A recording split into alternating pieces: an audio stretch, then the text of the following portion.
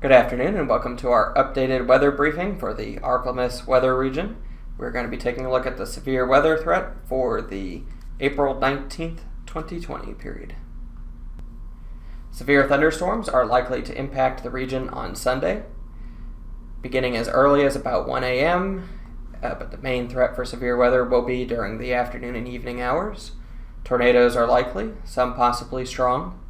Large hail up to the size of tennis balls and damaging wind will be possible. Flash flooding threat is increasing across the region. And another storm system will be tracked. It's going to be moving across the region late Wednesday into Thursday. Tonight, we are looking at a low pressure system off to our west, which will be approaching, and the warm front lifting north across our area will trigger that potential for severe thunderstorms for as early as 1 a.m. Sunday morning. Looking at the threat for these overnight severe thunderstorms, the threat will be mainly from hail up to the size of quarters, as well as some isolated damaging wind gusts, and the timing for that threat is about 1 a.m. to 7 a.m. on Sunday.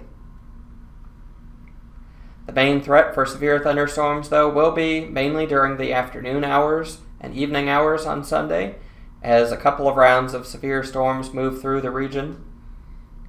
Tornadoes will be likely, especially across much of northeast Louisiana and central and southern Mississippi. Some of those tornadoes could be strong. Damaging wind gusts of up to 70 miles per hour are possible, as well as large hail up to the size of tennis balls with these thunderstorms. Flash flooding also looks to be likely across parts of the area. With the potential for heavy rain with any of these thunderstorms, we could see localized flash flooding, but the main threat will be for the potential for multiple rounds of storms to pass over portions of northeast Louisiana and much of Mississippi through central portions. And this could result in areas of flash flooding, as well as the likelihood for any river flooding to be worsened due to the influx of heavy rainfall running off into the rivers.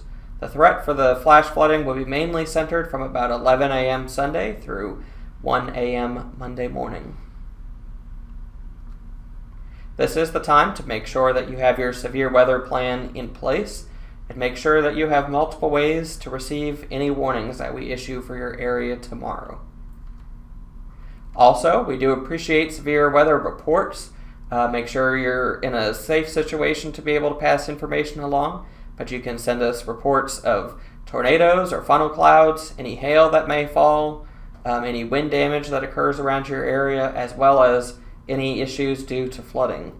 You can send those to us on our Twitter account, through our Facebook page, as well as calling us directly here at the office at 601-936-2189, or follow along on our website for updates, and you can see more information on the Submit a Storm Report tab at the bottom of our page.